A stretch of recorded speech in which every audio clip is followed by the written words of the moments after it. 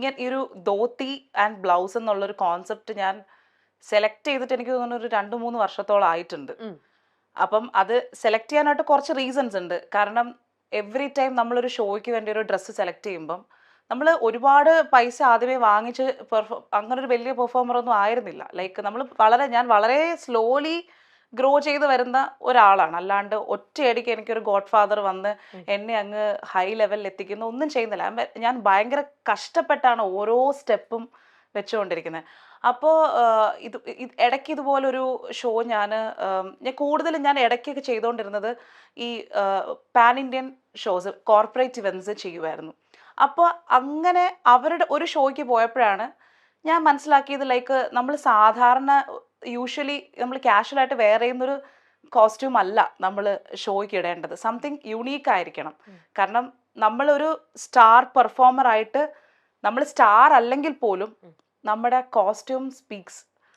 അപ്പോൾ ആക്ച്വലി ഒരു ബോളിവുഡ് സിംഗറിനെ അവരുടെ കൂടെ ഞാൻ അന്ന് ഒരു ഇവന്റ് ചെയ്തു. ആക്ച്വലി അവരാണ് എനിക്ക് ബേസിക്കലി ഒരു ഇൻസ്പിറേഷൻ പോലെ. എനിക്ക് എന്നുവെച്ചാൽ അത് കൊള്ളാമല്ലോ, she is doing something different എന്നുള്ളത്. പക്ഷെ ആ കോസ്റ്റ്യൂം ഒന്നും നമ്മുടെ കേരളത്തിൽ കിട്ടാനില്ല. അത് മാത്രം, പ്രത്യേകിച്ച് എനിക്ക് ട്രിവാൻഡ്രത്ത് വളരെ അങ്ങനൊരു ഹെവി ഫാഷൻ ട്രെൻഡ് ഒന്നും ഉള്ള ഒരു സ്ഥലമല്ല. എനിക്ക് ഉണ്ടായിരിക്കും ഇപ്പം, പക്ഷെ ഞാനിപ്പം ഓൺലൈനിലൊക്കെ പർച്ചേസ് ചെയ്യുന്ന ആളാണ്. പിന്നെ ഒരു നല്ലൊരു കോസ്റ്റ്യൂംസ് മേടിക്കുമ്പോഴത്തേക്കും അത് ഭയങ്കര എക്സ്പെൻസീവാണ്. അതും ഇപ്പോഴത്തെ ഈ സോഷ്യൽ മീഡിയ ഭയങ്കര റീച്ച് ഉള്ളത് കൊണ്ട് തന്നെ ആ ഡ്രസ്സ് നമുക്ക് ചിലപ്പം രണ്ടാമത് ഇടാനും പറ്റത്തില്ല. അപ്പം എൻ്റെ വീട്ടിൽ അങ്ങനെ ഭയങ്കരമായിട്ട് കോസ്റ്റ്യൂമിന് ഞാൻ അങ്ങനെ സ്പെൻഡ് ചെയ്യുന്ന ഒരാളും അല്ല. അപ്പം ഞാനിങ്ങനെ ആലോചിച്ചു, സംതിങ് യുണീക്ക്, പക്ഷേ it should not be that expensive. പിന്നെ എന്താണ്, എപ്പോഴും നമ്മൾ ഇന്നൊരു ട്രെൻഡ്, നാളെ വേറൊരു സ്റ്റൈല്. ഇപ്പൊ തന്നെ ഈ ഒരു ഷോയിൽ ഇരിക്കുമ്പം മേ ബി ആ ഒരു കുർത്ത സ്റ്റൈലായിരിക്കും ചിലപ്പം മെയിൻറ്റെയിൻ ചെയ്യുന്നത്. അല്ലാത്ത പക്ഷമാണ് നമ്മൾ ഹെയർ പലതും ചെയ്യണം. അതിനനുസരിച്ച് ഒരു പെൺകുട്ടി ആകുമ്പോൾ അല്ലെങ്കിൽ ഒരു സ്ത്രീ ആകുമ്പോൾ ഭയങ്കര പാടാണത്. അപ്പം ഞാൻ ആലോചിച്ചത്, എൻ്റെ ഒരു ഒരു ഒരു കാർട്ടൂൺ ഇമേജ് വരച്ചാൽ പോലും അത് ഒരു കാർട്ടൂൺ ഇമേജിന് ഒരു ഐഡന്റിറ്റി എന്തെങ്കിലും വേണം. ഓക്കെ. ലൈക്ക് ഇപ്പം മൊട്ടത്തലയാണെങ്കിൽ മുട്ട വരയ്ക്കുമ്പോൾ ചിലപ്പോൾ ഇന്ന ആർട്ടിസ്റ്റാന്ന് പറയാം, ചുരുണ്ട മുടി വരയ്ക്കുമ്പോൾ ഇന്ന ആർട്ടിസ്റ്റാന്ന് പറയാം. അങ്ങനെ ഒരു ഐഡന്റിറ്റിയേ എനിക്കില്ല. എൻ്റെ ഫോട്ടോസ് ഞാൻ തന്നെ കാണുമ്പം അപ്പം ഞാൻ തന്നെ ഇടയ്ക്ക് മറ്റുള്ളവർക്ക് എന്നെ കാണുമ്പം എങ്ങനെ മനസ്സിലാവും എന്ന് ഞാൻ തന്നെ പണ്ട് ചിന്തിക്കും.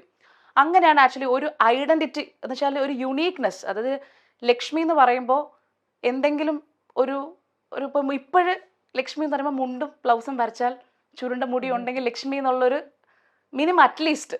ഓക്കെ.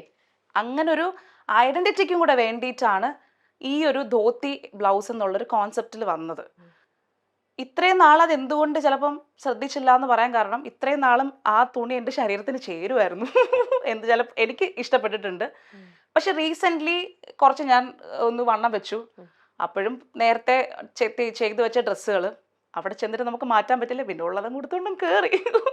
അവിടെ ഞാൻ കോസ്റ്റ്യൂം ശ്രദ്ധിച്ചോ എന്ന് ചോദിച്ചു കഴിഞ്ഞാൽ, എൻ്റെ കോസ്റ്റ്യൂമിൽ മറ്റൊരാൾക്ക് അഭിപ്രായം പറയണമെങ്കിൽ പറയാം. കാരണം ആരുടെയും അഭിപ്രായ സ്വാതന്ത്ര്യം എനിക്ക് തടയാൻ പറ്റത്തില്ലല്ലോ. പിന്നെ നെഗറ്റീവ് ആൻഡ് പോസിറ്റീവ് പറയാന്ന് പറഞ്ഞതും അതും ഓരോരുത്തരുടെ ഇഷ്ടമാണ്. അത് നോക്കണോ വേണ്ടയോ എന്നുള്ളത് ആണ് നമ്മുടെ കൺട്രോളിലുള്ളത്. സോ ഞാൻ എപ്പോഴും ഒരു വീഡിയോ ഇട്ട് കഴിഞ്ഞാൽ അതിൻ്റെ ട്രെൻഡ് ഒരു 2-3 മെസ്സേജ് നോക്കും. ട്രെൻഡ് നെഗറ്റീവ് ആണെങ്കിൽ പിന്നെ ആ ദിക്ക് വഴിയേ ഞാൻ പോകില്ല. പിന്നെ ആകെ നോക്കുന്നത് പോസിറ്റീവായിട്ട് എത്ര വ്യൂ കയറി എന്നുള്ളത് മാത്രമേ ഉള്ളൂ. അല്ലാണ്ട് അതിനകത്ത് എത്ര വിമർശനം എന്നുള്ളതൊന്നും ഞാൻ ആക്ച്വലി കൂടുതൽ, കാരണം I don't want to hurt myself. So അതാണ് ആക്ച്വലി എൻ്റെ ഒരു ട്രാക്ക്. പിന്നെ നെഗറ്റീവ് ആണെങ്കിലും പോസിറ്റീവ് ആണെങ്കിലും ഇതൊക്കെ ഞാനൊരു സപ്പോർട്ടായിട്ട് മാത്രമേ കാണുന്നുള്ളൂ. ഇതിനകത്ത് ഇന്ന് കുറേ പോസിറ്റീവ് പറയുന്ന ആൾക്കാർ തന്നെ നാളെ നെഗറ്റീവും പറയും. അവർ തന്നെ നാളെ വീണ്ടും പോസിറ്റീവ് പറയും. It's A cycle. പിന്നെ ഇതെല്ലാം തുടക്കത്തിൽ ഒരാളെ ജഡ്ജ് ചെയ്യുന്നതിൻ്റെയും കൂടെ ഒരു കാരണമാണ്. എപ്പോഴും കുറച്ച് ക്യൂട്ട്നെസ് ഓവർലോഡഡ് ആണെങ്കിൽ അവരെ ഒറ്റയടിക്ക് ഇഷ്ടപ്പെടും. കുറച്ച് റഫ് ആൻഡ് ടഫ് ലുക്ക് ആണെങ്കിൽ അവരെ തൻ്റെടി തെമ്മാടി എന്ന് പറഞ്ഞിട്ട് കാറ്റഗറൈസ് ചെയ്യും. ഇവരൊക്കെ ഈ നെഗറ്റീവ് പറഞ്ഞവരൊക്കെ ചിലപ്പം ഒരു ദിവസം ട്രെയിനിലോ ബസ്സിലോ ഒക്കെ എന്നെ കണ്ടു കഴിഞ്ഞാൽ, പരിചയപ്പെട്ട് കഴിയുമ്പോൾ അവർ അയ്യോ ഇത് ഭാവമായിരുന്നു ചിലപ്പോൾ ചിന്തിക്കാം. അത് ഓരോരുത്തർ, ഇപ്പം നമ്മൾ തന്നെ എത്രയോ പേരെ വെറുതെ അങ്ങ് കണ്ട ഉടനെ ഭയങ്കര സാധനം, എനിക്കിഷ്ടമേ ഇല്ല, കണ്ടിട്ടുമില്ല കേട്ടിട്ടുമില്ല അറിയത്തുമില്ല. അത് നമ്മൾ തന്നെ അല്ലേ, രമ്യക്കില്ല ആ ഒരു ക്യാരക്ടർ. എനിക്കുണ്ടത്. ചില ആൾക്കാരെ ഞാൻ സ്വന്തമായിട്ട് എനിക്ക് ആ കൊച്ചിനെ കണ്ണെടുത്താൽ കണ്ടുകൂടാം എന്നൊക്കെ പറയും. അത് തന്നെയാണ് ഇപ്പം ചിലപ്പോൾ എന്നെ കാണുമ്പോൾ ഒട്ടും ഇഷ്ടപ്പെടുന്നുണ്ടാവില്ല. കാരണം അങ്ങനെ ഒരാളെ ഇംപ്രസ് ചെയ്യുന്ന ഒരു ടൈപ്പ് ഓഫ് നേച്ചർ അല്ല എനിക്കെന്നാണ് എനിക്ക് തോന്നിയിട്ടുള്ളത് എപ്പോഴും. കാരണം ഞാൻ അങ്ങനെ ഒരു ഭയങ്കര ക്യൂട്ട്നെസ് ഉള്ള ഒരു വ്യക്തിയോ അങ്ങനല്ല. പക്ഷെ നമ്മൾ പയ്യെ എന്നെ അടുത്തറിയുന്നവർക്കാണ് എന്നെ കൂടുതൽ ഇഷ്ടപ്പെടാറുള്ളത്. സോ ഓൺ സ്റ്റേജും എൻ്റെ ഷോസ് നേരിട്ട് കണ്ടവർ ഒരിക്കലും കുറ്റം പറയത്തില്ല. അതെൻ്റെ ഒരു വിശ്വാസമാണ്. പക്ഷെ കാണാത്തവർ എന്നെ പറ്റി കുറ്റം പറയും എന്നുള്ളത് എനിക്ക് അതിലും ഏറെ വിശ്വാസമാണ്. അതാണ് ഇതിനെ പറ്റിയിട്ടുള്ള എൻ്റെ ഒരു റെസ്പോൺസ്. അപ്പൊ ഇപ്പം ലക്ഷ്മിക്ക് തന്നെ ഷുവർ ആണ് എന്റെ ഷോസ് നേരിട്ട് കണ്ടിട്ടില്ലാത്തവർ എന്നെ കുറിച്ച് കുറ്റം പറയും എന്നുള്ളത്. അപ്പൊ അത് എന്തിനായിരിക്കും അവർ അത്രയും ഇതായിട്ട് ലക്ഷ്മിക്കും തോന്നുന്നത്? അവരെന്തിനായിരിക്കും ലക്ഷ്മിനെ കുറ്റപ്പെടുത്തുന്നത്? എനിക്ക് മനസ്സിലായിട്ടുള്ളത് ഒന്നാമത്തത് കുറച്ച് എന്താ പറയാ ഒരു ഔട്ട് ബേസ്റ്റ് ആയിട്ടുള്ള ക്യാരക്ടർ, അല്ലെങ്കിൽ എന്താ പറയാ കുറച്ച് ഞാൻ ഭയങ്കര ഹൈപ്പറാണ് ഓൺ സ്റ്റേജ്. ഞാൻ ഭയങ്കര അപ്സ് ആൻഡ് ഡൗൺസിലുള്ള ഒരു ക്യാരക്ടറാണ് ബേസിക്കലി. എൻ്റെ ഫ്രണ്ട്സിന് എൻ്റെ വൈബ് ഭയങ്കര ഇഷ്ടമാണ്.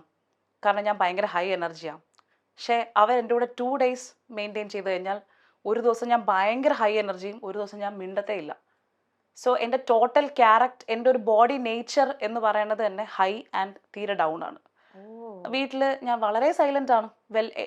മുമ്പൊക്കെ അച്ഛനും അമ്മയൊക്കെ ഉള്ളപ്പം ഭയങ്കര വഴക്കും ബഹളമൊക്കെ ഉണ്ടായിരുന്നു. പക്ഷെ ഒരു പോയിന്റ് എത്തിയപ്പോൾ ഞാൻ ശരിക്കും പറഞ്ഞു കഴിഞ്ഞാൽ ഒന്ന് ഭയങ്കര സൈലൻറ്റ്. അപ്പം ഷോസിന് മുമ്പൊക്കെ ഞാൻ ഫുൾ ടൈം ഉറങ്ങുക, വളരെ കുറച്ച് സംസാരിക്കുക. ആൻഡ് ഷോയുടെ അന്ന് ഈ കൂട്ടി വെച്ചിരിക്കുന്ന എനർജി മുഴുവനും ഞാൻ അതങ്ങ് പൊട്ടിച്ചങ്ങ് തീർക്കുകയാണ്. അവിടെ എന്നാൽ സ്റ്റേജിൽ നിൽക്കുമ്പോൾ ഞാൻ ചിന്തിക്കണം, ഞാൻ ഇങ്ങനെ ചെയ്താൽ ആൾക്കാർ ഇങ്ങനെ കാണും, അല്ലെങ്കിൽ ഇങ്ങനെ പാടിക്കഴിഞ്ഞാൽ ഇങ്ങനെ ആയിരിക്കും എന്നെ ക്യാപ്ചർ ചെയ്യുന്നത്, അതിന് എന്നെ ഈ രീതിയിൽ അവർക്ക് ഫ്രേസ് ചെയ്യാൻ പറ്റും എന്നൊക്കെ ഞാൻ ചിന്തിക്കണം. അവിടെ ഞാൻ അതൊന്നും ചിന്തിക്കത്തില്ല. എൻ്റെ ഒരു നല്ല വീഡിയോ പോലും എൻ്റെ കയ്യിലില്ല ഒരു ഷോൻ്റെത്.